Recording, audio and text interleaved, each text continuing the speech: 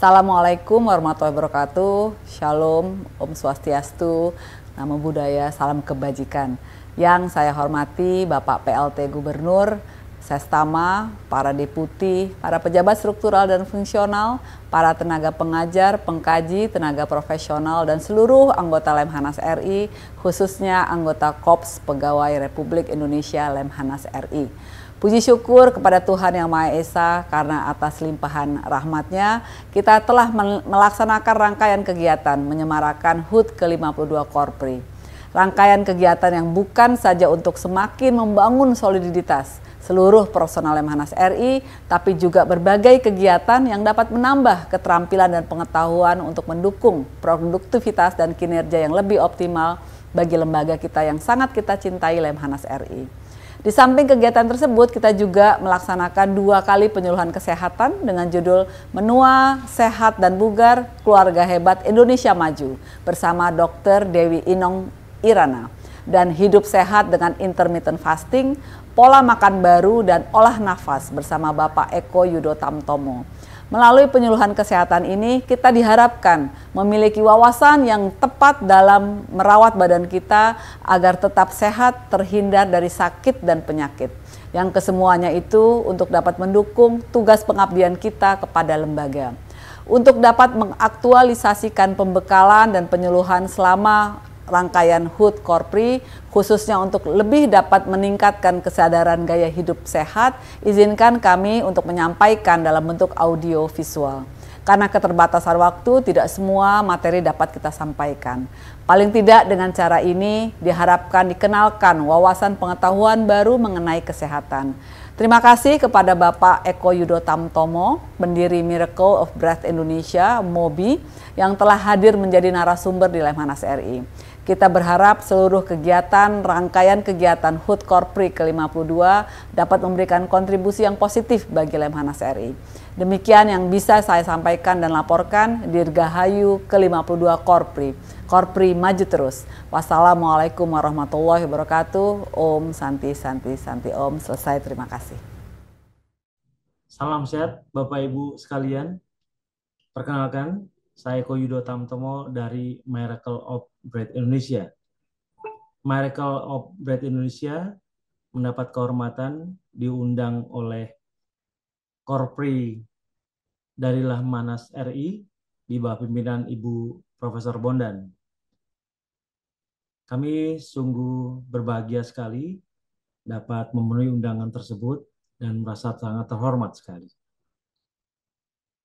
Dalam kesempatan kali ini, kami ingin menyampaikan apa itu mengenai pola makan baru, intermittent fasting, dan olah nafas. Pola makan baru adalah pola makan yang memang agak berbeda dengan pola makan biasa. Demikian juga dengan puasa berkala. Dan intermittent fasting ini memang biasanya dikenalkan dengan banyak orang bagaimana caranya menuju sehat. Nah, sedangkan pernafasan adalah olah nafas di mana seorang bisa menyembuhkan banyak penyakit dengan pola pernafasan ini. Lalu, apa yang ingin kami sampaikan? Kami adalah penganut naturopatik, di mana seseorang perlu diberikan pengetahuan dan wawasan bahwa tubuh bisa menyembuhkan dirinya sendiri. Jadi, ini adalah sebuah tindakan preventif. Dan tindakan preventif untuk mendapatkan tubuh yang sehat itu datang dari wawasan. Makanya dalam penyampaian-penyampaian yang ada dalam video-video kami atau pemaparan-pemaparan kami biasanya berhubungan dengan pembukaan wawasan. Pencerdasan seorang dengan pengetahuan-pengetahuan baru mengenai metabolisme. Di mana setelah dengan metabolisme yang sudah dia ketahui alurnya, maka seorang tahu harus bagaimana dia bertindak untuk mengurusi tubuhnya dan menyembuhkan penyakit-penyakitnya tanpa obat, tanpa ramuan, dan tanpa alat. Semuanya butuh proses, Bapak Ibu, karena tubuh kita memang bekerja lambat dan tidak secepat kilat. Butuh pengetahuan, butuh juga implementasi, butuh kemauan, butuh dukungan. Kira-kira demikian, Bapak Ibu. tinjauan singkat mengenai sembuh sehat tanpa obat, tanpa ramuan, tanpa alat, dengan pola makan baru, intermittent fasting, dan juga pernafasan. Selamat Hari Korpri, selamat untuk Lemhanas RI. Terima kasih, salam sehat. Pembina Korpri Lemhanas RI. Mohon berkenan kepada Profesor Dr. Insinyur Bondan Tiara Sofian, MSI, kami persilakan. Assalamualaikum warahmatullahi wabarakatuh. Selamat pagi, salam sejahtera untuk kita semua. Om Swastiastu, Namo Buddhaya. Dalam kegiatan penyuluhan kesehatan 2 ini, narasumber adalah Bapak Eko Yudo Tampomo. Beliau adalah pendiri Miracle of Breath Indonesia, MOBI, dan Bapak Freddy Darmawan. Beliau penyintas diabetes yang sudah sembuh dan mentor pendamping penyintas diabetes dan kanker. Jumlah anggota para penyintas kanker dan diabetes yang telah mengikuti sebagai anggota MOBI adalah 26.700 orang dari seluruh Indonesia dan sebagian dari luar negeri. Peserta penyuluhan ini adalah seluruh anggota Lemhanas RI, juga termasuk ibu-ibu perista, pelayan Lemhanas, cleaning service, satkam, pengemudi, para bakti, dan koperasi. Demikian laporan yang dapat kami sampaikan. Selanjutnya kepada Bapak, kami mohon berkenan menyampaikan sambutan. Terima kasih. Assalamualaikum warahmatullahi wabarakatuh. Om Santi Sati. Terima kasih Profesor Bondan. Selanjutnya Bapak Ibu yang kami hormati, marilah kita dengarkan bersama sambutan Wakil Gubernur Lemhanas RI yang sekaligus secara resmi akan membuka acara penyuluhan kesehatan kedua hari ini. Dengan hormat kami persilakan kepada Laksamana Madya TNI Maman Firmansyah. Assalamualaikum warahmatullahi wabarakatuh. Salam sehat bagi kita semua. Salam Om Swastiastu, Namo Buddhaya, salam kebajikan. Nah, untuk itu seluruh anggota Lemhanas, tolong nanti disimak betul ya, masalah ini.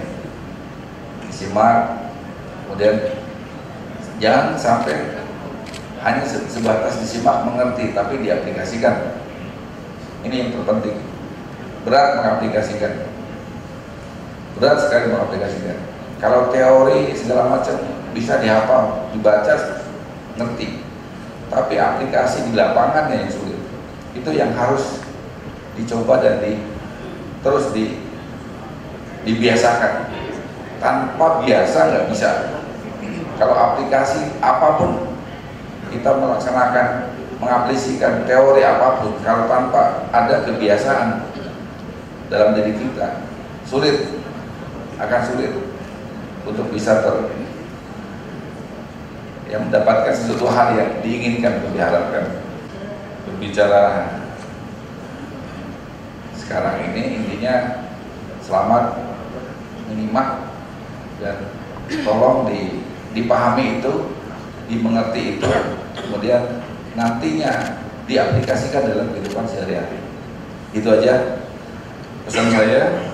Saya kira demikian sambutan ini, dan silakan dimulai, silakan dipahami.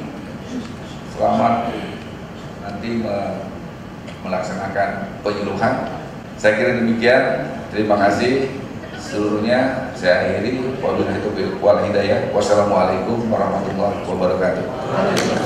Dengan Bapak Wagub yang masih Bapak Kajian, karena acara akan dilanjutkan dengan pemberian cenderamatan pada para narasumber. Untuk itu kami undang ke depan panggung para narasumber kita hari ini, Bapak Eko dan Bapak Freddy. Penyerahan cenderamata didampingi oleh pejabat utama Lemhanas RI. Mohon berkenan kepada Ketua Dewan Pengurus Korpri, Deputi Pengkajian Strategik Lemhanas RI, dan Sekretaris Korpri Lemhanas RI.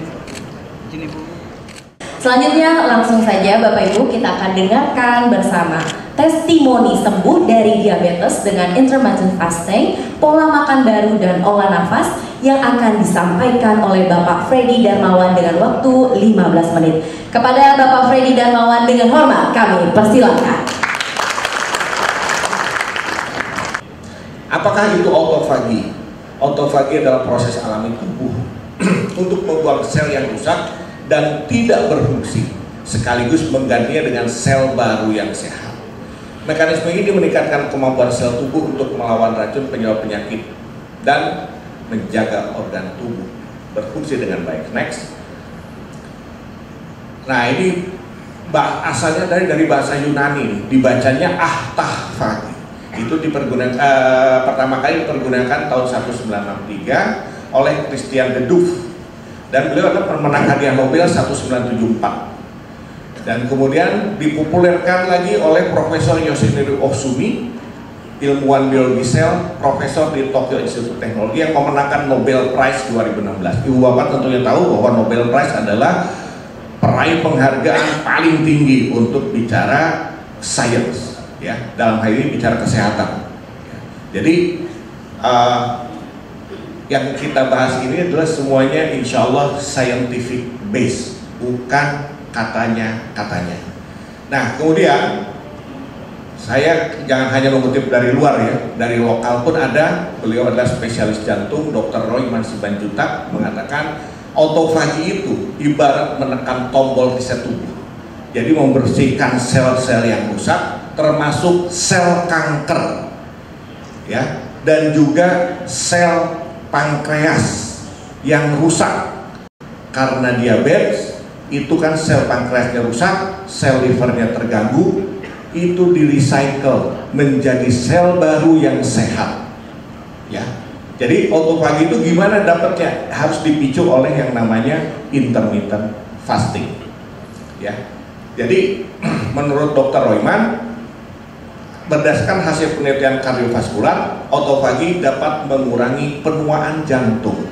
Jantung ini kan sejak lahir udah dipakai terus oleh kita, ya. Dan itu akan bertambah terus usianya. Nah, ini mengurangi penuaan jantung dan mengurangi cedera iskemik, remodeling jantung kronis, dan kardiomiopati genetik, mencegah gagal jantung. Gitu ya Ibu Bapak, luar biasa nih autofagi ini. Oke, next. Nah, manfaatnya apa sih? Satu, menurunkan resiko terjadinya kanker dan diabetes. Ini bagi ibu bapak yang saat ini sehat, tidak diabetes, dan juga tidak kanker. Bagi yang diabetes dan kanker, itu berubah menjadi turut menyembuhkan kanker dan diabetes. Ya, kemudian membantu meningkatkan fungsi otak dalam mengingat, memproses informasi dan menentukan keputusan. Nah, ini tentunya sangat penting untuk ibu bapak semua, para pengambil keputusan di Republik ini, ya. Ini sangat penting. Kemudian mencegah keparahan penyakit neurodegeneratif seperti Alzheimer, ya, yang kalau menurut medis masih belum ketemu obatnya. Nah, kemudian membantu menurunkan berat badan, membantu pemulihan penyakit autoimun. Jadi daripada ibu bapak berangkat ke klinik kecantikan atau melaksanakan diet yang luar biasa susahnya dan bayarnya sampai ratusan juta, cukup dengan melakukan intermittent fasting, maka berat badan turun, tubuh akan lebih sehat. Kemudian membantu meningkatkan kesehatan jantung, meningkatkan proses pembentukan energi, menyembuhkan GERD. Saya 40 tahun sakit GERD. Jadi sampai kalau kambuh itu naik ke kerongkongan, panas di kerongkongan. Kenapa? Karena asamnya naik sampai ke leher, ya. Asam lambung yang mestinya ada di dalam lambung, dia naik ke leher, tentunya kerasa terbakar. Itu yang terjadi, ya. Dan itu 40 tahun saya derita, alhamdulillah sekarang sembuh. Saya bisa minum di sebelah Pak Eko 1 gelas kopi dan baik-baik saja, gitu kan. Itu ya, padahal dulu satu teguk aja kopi, aduh, menderita, sedih lah kalau diceritain, ya. Yang saya minum itu macam-macam, dari mulai obat, maaf ya, obat warung, sampai dengan obat yang mahal dari dokter dan semakin mahal, dan tetap tidak sembuh. Dan biasanya, mohon maaf ini bukan saya membandingkan, tapi memang itu yang terjadi. Biasanya Pak Freddy harus makan sering, tapi jangan banyak, sering, supaya lambungnya tidak luka. Betul? Sering mendapatkan cara seperti itu, betul nggak? Ya. Tapi ternyata dengan cara itu tidak sembuh. Kenapa? Karena lambung tidak pernah diberikan waktu istirahat. Tidak pernah diberikan waktu istirahat. Nanti saya akan cerita di berikutnya. Next. Next. Nah, jadi untuk menjalankan intermittent fasting itu apakah susah? Tidak. Dimulai dengan 12 jam dulu. Misalnya apa? Mulainya jam 8 terakhir makan. Jam 8 yang terakhir makan. Bagi ibu bapak yang tidak ada diabetes, tidak ada kanker, mulai dengan menu makanannya dikurangi. Maksudnya adalah yang mengandung karbohidrat. Perbanyak protein, high protein, low karbohidrat. Itu ya. Nah, kemudian biasanya jam 6 sudah makan, stop dulu. Jam 7 tahan dulu. Jam 8 silakan makan. Itu mendapatkan intermittent fasting 12 jam. Kalau udah kuat, besoknya naik 13 jam, 14 jam, sampai kalau bisa usahakan rutin di 16 jam sampai dengan 22 jam, bahkan sampai 72 jam dan 120 jam.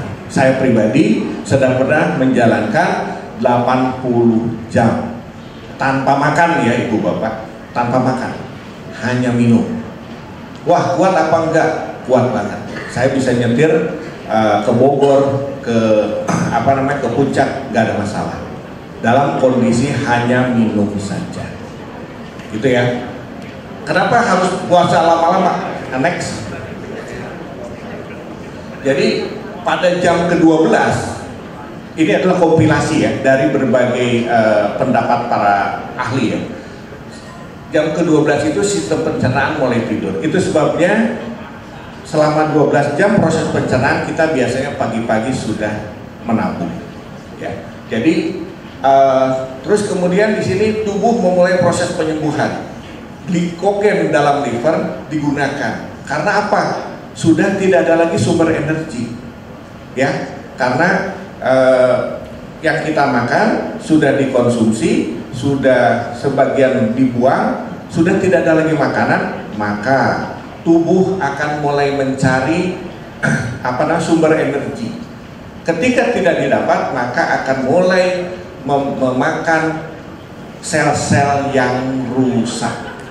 Ya, ini levelnya, ini masih autofagi ringan, ibu bapak. Ketika 12 jam ke sana ya. Nah, kemudian ini berdasarkan jurnal ilmiah yang berjudul Training State and Skeletal Muscle Autophagy in Response of 36 Hours of Fasting. Ini diuji coba langsung kepada manusia. Ternyata apabila kita olahraga saat intermittent fasting, maka autophagy level yang ditunjukkan oleh autophagy marker terbukti meningkat. Ya, jadi kalau Aderai itu mengatakan ini adalah autophagy hack. Bagaimana bisa mendapatkan khasiat autophagy yang lama, tapi dengan intermittent fasting yang tidak terlalu lama. Next. Nah, jam ke-17 ini adalah autophagy tingkat advance dimulai. Sel rusak termasuk sel kanker mulai dimakan, artinya di recycle. Auto itu kan dari sendiri, fagi itu memakan. Jadi tubuh memakan dirinya sendiri. Tentunya dalam hal ini adalah bicara secara metabolisme biologi ya, bukan bicara makan seperti kita makan gitu ya. Nah, sehingga akhirnya mendapatkan sel baru yang sehat dan detox dimulai. Oke, next. Nah, jadi kalau sebelum mulai yang ke jam 24 itu, kalau ibu bapak mengikuti Dr. Zaidul Akbar ya, yang sering menyampaikan tentang Tibun Nabawi, disampaikan bahwa apabila ibu bapak memiliki penyakit yang sulit obatnya, yang sulit sembuhnya, berpuasalah selama minimal 20 jam. Ya. Jadi itu banyak videonya beredar. Kemudian pada saat jam ke-24 ketika kita intermittent fasting, tekanan darah akan berkurang. Jadi itu rahasianya kenapa saya bisa sembuh dari tekanan darah tinggi. Kemudian serotonin, hormon bahagia meningkat. Ketones dari lemak itu masuk ke dalam pembuluh darah. Itu bisa diukur ibu bapak. Ya. Kemudian regenerasi stem sel dimulai, inflamasi peradangan turun. Stem cell yang ibu bapak mungkin ketahui harganya mehong, ya. ada yang 2,5 juta, ada yang 10 juta, ada yang bahkan ratusan juta, katanya asli dari Jepang, ya. Itu ternyata nggak usah bayar mahal-mahal, cukup ibu bapak menjalankan intermittent fasting, maka 24 jam kita udah mendapatkan regenerasi stem cell. Next. Nah, jam ke-36 artinya kita 1 hari setengah nggak makan, itu autofagi 300%. Produksi GABA itu meningkat. Apa sih GABA itu? Gamma aminobutyric acid, ya. Itu pembawa pesan kimia. Jadi punya efek yang menenangkan, gitu ya. Jadi berperan mengendalikan hiperaktivitas sel saraf yang berkaitan dengan kecemasan. Jadi kalau ibu bapak menjalankan intermittent fasting panjang, itu lebih rileks, lebih banyak senyum, dan lebih berenergi. Percayalah, silakan mencoba. Mohon maaf, sebelumnya saya ingin tahu, ada yang pernah intermittent fasting agak panjang gitu, di atas 24 jam? Ada? Mohon maaf, acungkan tangan. Oh iya, Pak Gufron. Ini rajin sampai 72 jam, sudah berapa, 2 kali atau 3 kali Pak Gufron ya. Jadi kemudian next, jam ke-48, 2 hari, itu artinya kita mendapatkan autofaginya 400%, artinya 4 kali lipat ibu bapak, ya. Imun sistem diriset dan regenerasi, kemudian menyimpan penyimpanan glikogen, lemak dalam hati turun drastis. Ini sebabnya ada salah satu pasien kanker kita yang terkena fatty liver. Ibu mohon jangan ngobrol dulu, please. Mohon dengan hormat, ya. Jadi yang terkena fatty liver artinya ada lemak yang membungkus livernya, dan dokternya mengatakan tidak ada obatnya, Bu, tidak ada obatnya. Tapi ternyata di hasil USG berikutnya livernya menjadi glowing, bersih. Dokter terheran-heran, ya. Dan bukan cuma livernya, tapi wajahnya pun tanpa skincare tetap glowing. Kenapa? Regenerasi sel kulit, itu jawabannya, ya. Kemudian insulin mencapai titik terendah, biasa sekitar 70 mg per desiliter, ya. Next. Maksimum autofagi di jam ke-72. Saya sendiri mendapatkan hasil 62 mg per desiliter pada saat intermittent fasting 80 jam. Nah, dopamin direkalibrasi ulang, imun booster, produksi stem cell meningkat tajam, ya. Jadi itu rahasianya Pak Gufron yang sudah menjalankan intermittent fasting 72 jam, Pak Eko yang sering sekali sampai berapa jam Pak Eko? Sampai 8 hari. Ini rekornya nih. Itu sebabnya beliau kelihatan glowing, ya. Ini laki-laki tapi glowing. Nah, inilah Pak Eko. Jadi untuk pasien CA dan diabetes biasanya kita batasi sampai 72 jam. Kalau mau lebih lama pun silakan. Next. Nah, untuk yang 96 sampai 120 ini adalah salah satunya merupakan testimoni dari Ibu Niken Tantio Sudarmono yang mantunya Pak Sudarmono, Pak Wapres zamannya Pak Harto, ya. Itu beliau survivor dari kanker dan autoimun. Jadi menjalankan intermittent fastingnya antara 4 sampai dengan 5 hari, ya. Jadi ini bisa sembuh apabila dilakukan setiap pekan atau 2 pekan sekali. Next. Nah ini, sumbernya ya. Jadi bukan karangan Freddy Darmawan, tapi ini adalah dari daftar nama di sini ada Dr. Rajsri Namuntripat, Board of Certified Internal Medicine dari Amerika, Profesor Dr. Yosemite Masumi, ya, dan juga Felix Johnny. Nah, itu saya kira, dan ini adalah baru bagian dari gaya hidup sehat. Bagian penting lainnya adalah mengatur pola makan sehat, high protein, low karbohidrat untuk sehari-hari. Sedangkan untuk yang sakit diabetes, yang sakit kanker, yang sakit jantung, yang sakit ginjal, yang lain-lain, itu adalah dietnya high protein, very low karbohidrat. Bagian penting berikutnya adalah melatih olah nafas dan olahraga. Saya kira itu bagiannya Pak Iko. Terima kasih. Apabila ada kekurangan, ada tutur kata yang kurang berkenan, mohon dimaafkan. Billahi taufiq wal hidayah. Wassalamualaikum warahmatullahi wabarakatuh. Terima kasih kita ucapkan kepada Bapak Freddy. Ternyata memang dahsyat sekali efek dari dampak dari intermittent fasting yang dapat membangkitkan autophagy, tentunya dapat menyembuhkan tidak hanya diabetes, kanker, tetapi juga GERD, Alzheimer, autoimun juga jantung. Selanjutnya Bapak Ibu, kita akan mendengarkan bersama narasumber kedua kita pada hari ini, yaitu tentang menghindari diabetes, kanker, penyakit tidak menular, serta ancaman nyata untuk keluarga. Tentunya dengan waktu 30 menit kepada Bapak Eko Yudo Tamtomo, dengan hormat kami persilakan. Baik, terima kasih Bapak Ibu sekalian. Yang terhormat Deputi Pengkajian, tenaga ahli pengkaji, tenaga ahli pengajar, serta tenaga profesional dari Lemhanas RI, kemudian pengurus Persita Lemhanas RI dan seluruh jajarannya, serta seluruh pejabat struktural dan fungsional Lemhanas RI. Assalamualaikum warahmatullahi wabarakatuh. Selamat pagi Bapak Ibu sekalian. Saya Eko Yudo Tamtomo, pendiri dari Miracle of Bread Indonesia. Pada hari ini saya ingin memberikan beberapa tambahan pengetahuan buat Bapak Ibu mengenai hal-hal yang anti mainstream, yang selama ini kita melakukan banyak kesalahan tapi kita tidak pernah tahu, dan kemudian menjerumuskan kita ke sakit-sakit yang sekarang makin lama makin aneh. Makin aneh nggak Bu? Semenjak revolusi industri tahun 1700, dulu penyakit-penyakit manusia itu sifatnya alami.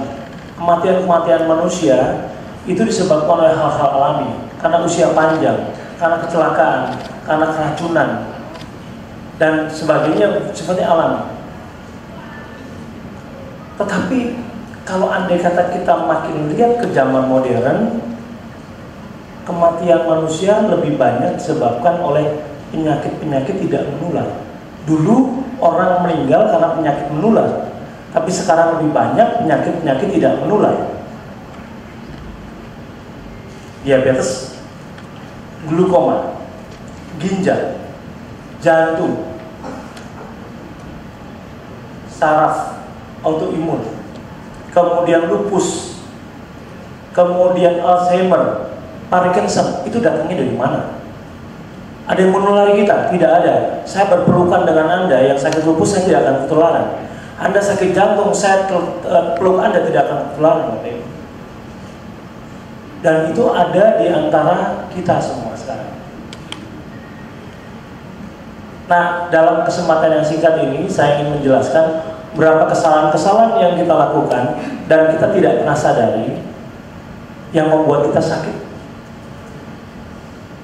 Ya, jadi di sini ada 3 doktrin ya, mungkin doktrin kita, yaitu pola makan baru, intermittent fasting, dan juga olah nafas, yang akan menjadi materi-materi utama dalam penjelasan saya kali ini.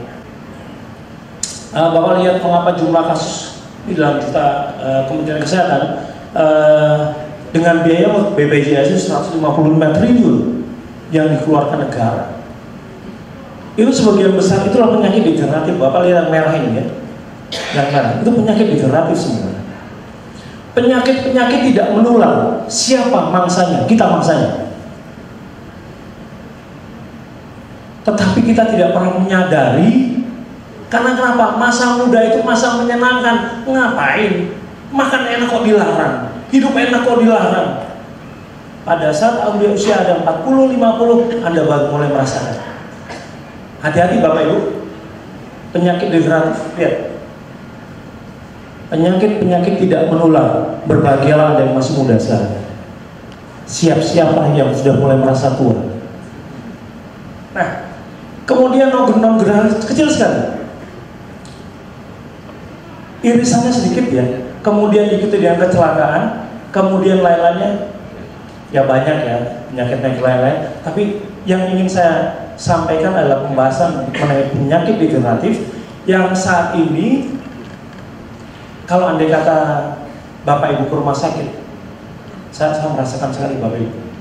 Saya pernah ditaruh di bangsal, di mana di bangsal itu tidak ada satupun yang sakit karena kecelakaan. Semuanya sakit degeneratif, tidak menular, tidak mengetahui pengetahuan tentang tubuh, metabolisme, serta pengelolaan penyakit secara konsisten. Itu yang pertama kali kita tahu. Tidak pernah. Kita tidak punya edukasi, kepada keluarga kita, kepada istri kita, kepada suami kita, bagaimana seharusnya merawat kesehatan melalui makanan yang mereka dapatkan. Yang kedua, tidak melihat tubuh sebagai satuan yang terintegrasi, saling terhubung. Apabila Bapak Ibu marah, apabila Bapak Ibu sedang terkacaukan karena masalah pekerjaan, karena dikejar tenggat waktu dan sebagainya, gula darah Bapak akan naik. Cek sebelum kejadian marah dan cek sesaat Anda marah, naik langsung gulanya.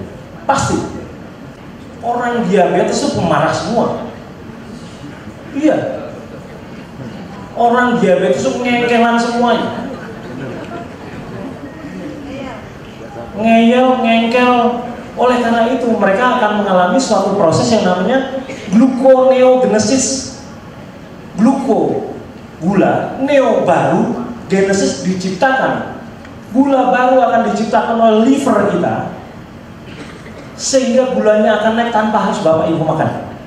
Kenapa banyak orang-orang di luaran gagal untuk sembuh dari diabetes? Karena mereka sering tidak mengerti mengenai, tidak melihat tubuh sebagai satu kesatuan yang terintegrasi, tidak mempunyai pengetahuan tentang karbohidrat dan protein. Nah ini dia. Ini adalah materi utama sebenarnya Bapak Ibu. Saya ingin jelaskan Bapak Ibu, bahwa sebenarnya tubuh tidak memerlukan karbohidrat terlalu banyak. Paling banyak dalam setiap porsi satu piring itu 20%. Karbohidrat itu datang dari kata karbon dioksida dan hidrat. Karbon dioksida itu legas, hidrat itu air. Karbon dioksida dan air itu disatukan menjadi satu, jadilah karbohidrat. Fotosintesa itu adalah suatu proses di mana antara gas karbon dioksida dan air disatukan di daun dan kemudian menjadilah karbohidrat. Teori ini kita tidak penting, tapi ini penting sekali. Kenapa? Karena dalam sepiring nasi kita itu implementasinya ada nasi, ada sayur, ada buah, ada jengkol, ada segala macam yang menurut kita sehat semuanya. Berapa persen karbohidratnya Pak? Mungkin 95% sampai 99%. Karbohidrat kita hanya butuh 20%, Bapak membanjirinya sampai 95%. Apa yang terjadi di tubuh kita? Kekacauan metabolisme. Nah, sedangkan protein itu adalah produk-produk dari hewan. Apakah dari ikan, apakah dari berkaki 4, berkaki 2. Telur yang terbaik, murah, terbaik. Itu protein rujukan. Kenapa? Tubuh kita semuanya terbuat dari protein. Jadi intinya adalah tidak mendapat edukasi secara konsisten tentang tubuh serta metabolisme serta penyakit dan pengelolaannya. Itu yang membuat orang jadi salah mengurus dirinya sendiri. Dan termasuk pada anak muda. Kalau anda kata jalan kan, yuk kita keluar yuk. Kenapa? Kita mau kulineran. Semuanya dicari makan, betul nggak? Iya. Berapa karbohidrat yang Bapak Ibu masukkan dalam tubuh? Berapa banyak racun yang membuat protein pada tubuh kita menjadi bermasalah karena terlalu banyak karbohidrat. Penyakit degeneratif itu semakin mengejutkan dengan adanya revolusi industri. Jantung, stroke, diabetes, hipertensi, kanker, Alzheimer, Parkinson, segala macam yang saya sebutkan itu penyakit-penyakit yang dulu tidak dikenal. Tidak ada. Sekarang ada. Mengapa Mobi fokus pada DM dan kanker? Ya karena pertama memang DM itu induk dari segala penyakit. Kalau andai kata bicara DM, maka kita akan mengalami banyak komplikasi. Satu, karena mata kita bermasalah. Kedua, kemudian biasanya jantung kita bermasalah. biasa akan diikuti dengan aritmia jantung, apakah kemudian penebalan dinding jantung atau klep jantung yang bermasalah dan sebagainya. Dan kemudian diikuti dengan kardiovaskuler, berhubungan dengan pembuluh darah dan sebagainya. Kemudian DM dan kanker itu bukan penyakit singkat. Itu menghabiskan banyak waktu, banyak pikiran, banyak tenaga, banyak uang. Apa hubungannya antara DM dengan kanker? Di sini ada jurnal yang menunjukkan bahwa antara diabetes mellitus dan kanker itu ada ikatan. Kenapa? Karena ternyata kanker itu tergila-gila dengan insulin dan tergila-gila dengan gula. Kenapa dia mau tinggal di tubuh kita? Apa alasannya? Alasannya karena ada sesuatu yang dicari tubuh kita. Apa? Gula. Mereka suka glukosa, mereka suka karbohidrat. Itu yang membuat mereka mendorong di tubuh kita. Ini adalah pengetahuan naturopatik. Naturopatik artinya tubuh pada dasarnya bisa menyembuhkan diri sendiri secara alami. Tetapi tubuh perlu syarat yang harus kita ikuti agar dia bisa sehat.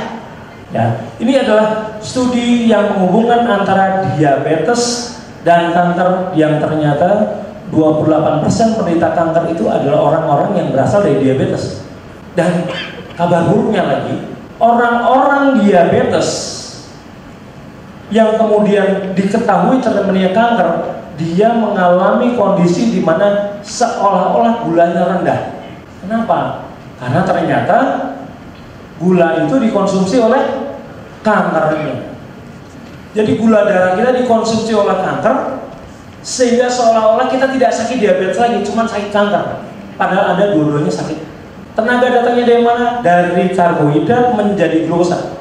Karbohidrat dari tanaman apabila masuk ke tubuh akan menjadi glukosa, gula.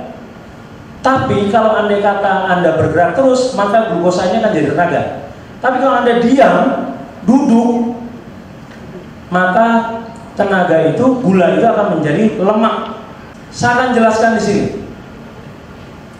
Kanker sebelum itu jadi lemak, dia potong dulu glukosanya sebagai makanan dia, sehingga Bapak Ibu tidak dapat gulanya, dan gulanya tidak bisa menjadi lemak. Bapak Ibu cuma menjadi kurus. Karena kanker memblok gula yang Bapak Ibu dapatkan dari karbohidrat. Jadi makan karbohidrat, makan tumbuhan akan memperburuk kondisi. Kalau andai kata jalur-jalur distribusi logistiknya, makanannya kita hentikan, gulanya kita hentikan, maka kita akan mendapatkan kekacauan pada musuh kita. Kira-kira demikian. Lalu kita bisa makan dari apa kalau gitu? Kan kita butuh gula, Pak. Kita butuh sumber energi. Betul.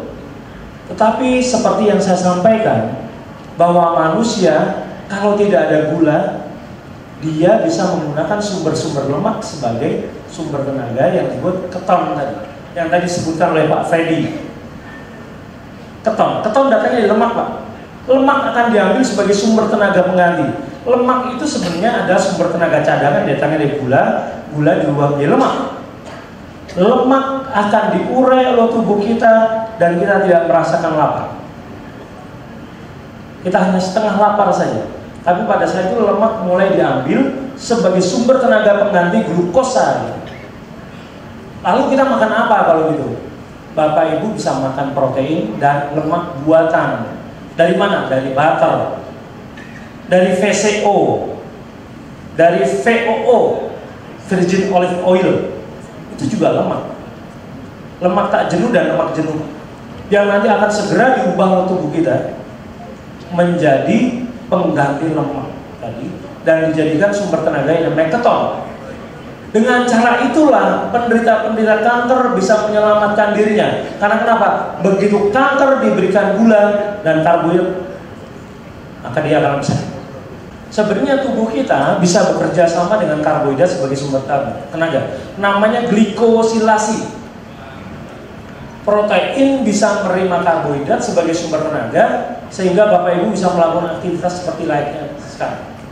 Tetapi kalau andai kata gulanya terlalu banyak karena menu kita terlalu banyak, karbohidratnya, itu namanya glikasi.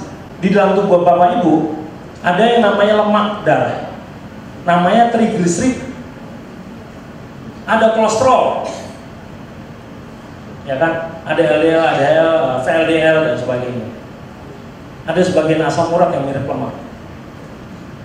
Tapi di dalam darah juga ada gula darah yang dapat dari makanan kita. Ada kita makan nasi, kita makan roti, kita makan sayur dan sebagainya.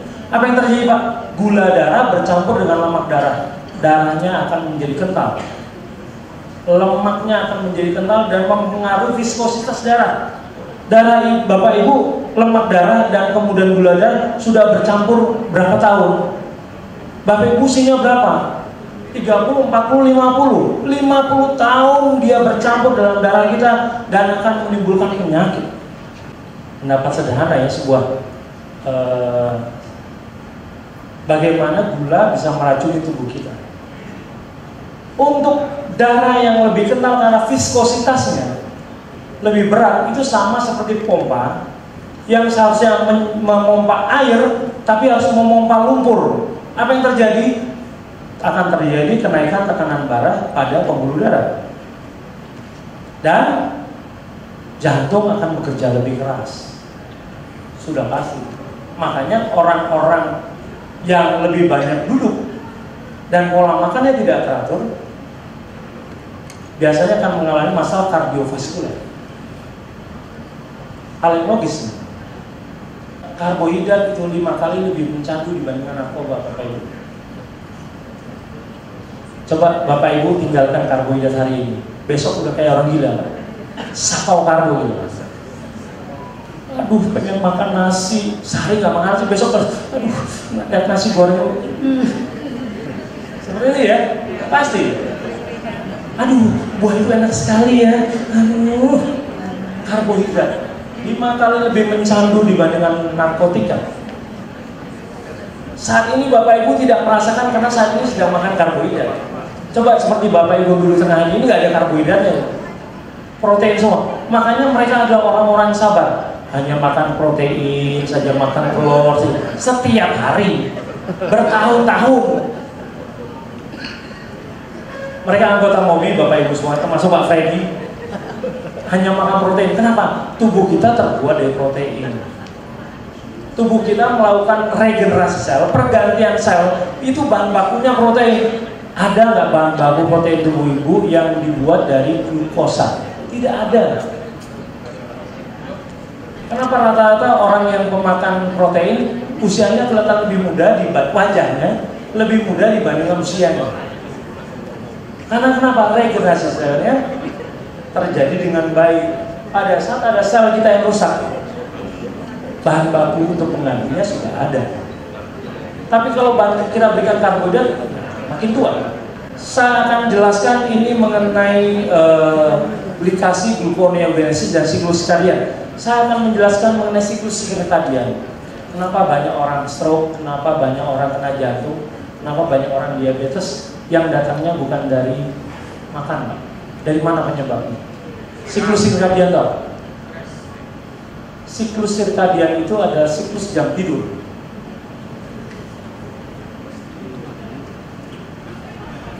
Kalau andai kata kita melihat bahwa siklus sirkadian itu sudah terjadi sejak zaman purba, di mana pada saat matahari terang orang akan aktif, pada saat gelap dia akan mulai tertidur. Dan kalau andai kata dihitung 12 tidurnya 12 jam, aktifnya 22 jam. Tapi semakin modern, maka maksimum adalah aktif ada 16 jam, tidurnya 8 jam. 100 tahun lalu begitu. 100 tahun yang lalu. Apa maksudnya? Kita ternyata mengalami perusakan tubuh akibat ulah kita, apakah karena kegiatan kita atau karena keinginan kita untuk sesuatu terjadi pada saat mulai matahari terbit. Hormon kortisol kita aktif, hormon semangat kita, hormon stres kita aktif.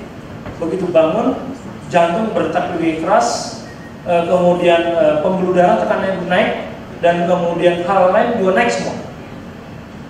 Dan dia mulai kembali tidak aktif pada saat matahari terbenam. Tapi kita dibutuhkan untuk memperbaiki sel-sel kita yang rusak itu kurang lebih butuh waktu 8 jam. Jadi 16 jam untuk merusak tubuh kita, 8 jam untuk memperbaiki. Makanya kita butuh tidur yang cukup. Cuma permasalahannya karena lifestyle kita berubah, kita menganggap bahwa 5 jam, wah kita kan udah tua Pak, 5 jam cukup. Tidak cukup. Tubuh kita, pikiran kita mengatakan cukup, tapi tubuh kita bilang cukup. Saya butuh waktu 8 jam untuk memperbaiki tubuh kita. Pada saat Bapak Alfa melakukan hal ini, tidur yang kurang tadi, maka tubuh kekurangan waktu untuk memperbaiki dirinya sendiri, muncullah penyakit seperti stroke, seperti darah tinggi, seperti kekacauan dalam metabolisme dan sebagainya. Itu datangnya karena perbaikan yang belum selesai di dalam tubuh kita sendiri. Itulah yang disebut siklus sirkadian yang dilanggar. Sayang Bapak Ibu, pengetahuan mengenai diabetes dan kanker itu biasanya kita berikan paling minimal selama 1 bulan setiap hari. Tapi saya harus diminta sama Pak Mujianto dimampatkan dalam satu pertemuan. Jadi lalu edukasi apa yang ingin saya sampaikan sih Bapak Ibu? Bahwa untuk menjaga agar saya merasa bahwa bapak-bapak, ibu-ibu dibutuhkan oleh keluarganya masing-masing. Betul ya? Ada istri yang menunggu, ada anak-anak yang mengharapkan belas kasih orang tuanya. Ibu-ibu juga demikian. Saya pengen Bapak Ibu berumur panjang, punya anak, punya cucu, menemani cucu kita pada saat menikah itu suatu kebahagiaan terbesar. Dan saya pengen seperti itu. Saya yakin Bapak Ibu semuanya, terutama ada yang masih muda, yang mungkin belum menikah, saat ini masih enak ya. Tapi pada saat 40, kalau Anda kata tidak hati-hati dengan ini, Anda akan sakit. Sakit yang bukan karena penyakit menular, tapi karena degeneratif, karena makanan. Makanya kami menyediakan pelatihan untuk mendoktrin cara berpikir kita supaya mau melakukan pola makan sehat yang benar ini. Saya tidak menganggap dokter-dokter dan ahli gizi itu gagal, tidak. Tapi faktanya rumah sakit makin banyak, ahli gizinya makin banyak, tapi nggak sembuh-sembuhnya juga banyak. Apa yang salah? Saya perlu bantuan Bapak Ibu semuanya agar tujuan kita mengedukasi rakyat Indonesia ini bisa berjalan dan kita bisa dapatkan negara yang kuat karena anggaran yang kuat dan juga rakyat yang kuat karena mereka bisa hidup lebih lama, punya harapan lebih lama. Saya rasa demikian Bapak Ibu sekalian. Wassalamualaikum warahmatullahi wabarakatuh. Terima kasih Bapak Eko atas paparan yang luar biasa. Sekarang kita jadi lebih tahu bagaimana cara menghindari penyakit tidak menular seperti diabetes dan juga kanker. Selanjutnya kita akan menuju sesi tanya jawab. Untuk itu sudah ada penanya dari sebelah kanan panggung. Mohon berkenan Laksda Rahmat Hartoyo, kami persilakan. Terima kasih pembicara yang terhormat Pak Freddy, Pak Eko. Salam kenal Pak, saya Rahmat Hartoyo. Saya ini testimoni sebetulnya.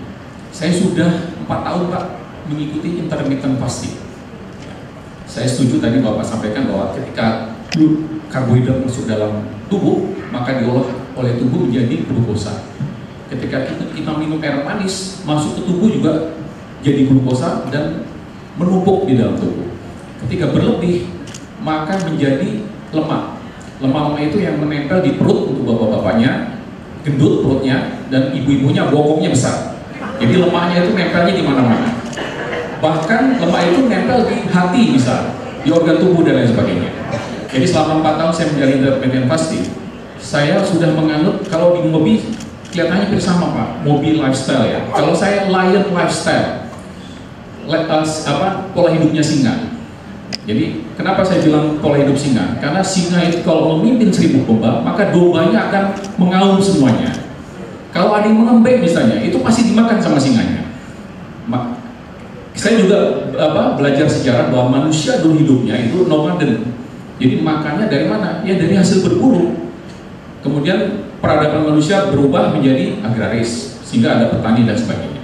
Tapi kalau kita lihat sejarah manusia dulu berburu itu dia hanya makan dari hasil buruannya. Kalau dia tidak mendapat hasil buruan, dia makan puasa. Nah, puasa itu yang namanya intermittent fasting. Dan orang-orang dulu itu pasti umurnya lama-lama, Pak. Hasil riset sudah ada, orang dulu umurnya lama. Banyak pola-pola diet yang dilakukan di Indonesia ini. Saya pernah mendengar namanya KFLS, Ketofastosis Lifestyle. Ada MOBI juga, ada pola yang dilaksanakan oleh Pak Ade Rai, kemudian oleh Deddy Corbuzier dan sebagainya. Itu bagus-bagus semua. Nah, kemudian dari itu semua saya belum mendengar tadi ada olah nafas, Pak. Ini saya sangat tertarik dengan olah nafas. Ya, mungkin nanti dari ini saya bisa minta nomor teleponnya sehingga kita bisa melatih olah nafas. Jadi paparan Bapak sangat bermanfaat dan mudah-mudahan audiens yang ada di lapangan sini bisa terus mengikuti. Salah satu itu terakhir, benefit yang saya dapatkan, Pak, dari saya mengikuti pola ini, Lion Lifestyle ini, ketika saya pulang dari tugas kemalaman, kemudian saya ketok pintu di rumah, tok tok tok tok, dijawab sama istri saya, siapa?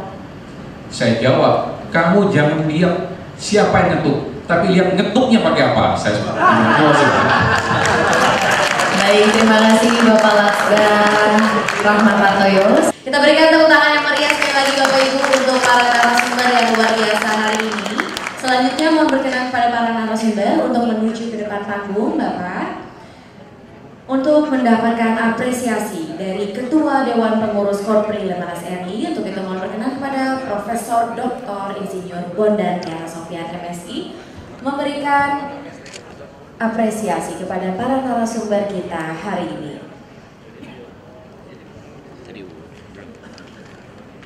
Pemberian apresiasi diberikan kepada Bapak Eko. Terima kasih Bapak telah berkenan untuk mengisi acara hari ini. Selanjutnya diberikan kepada Bapak Freddy, tentunya sambil didokumentasikan oleh tim Humas.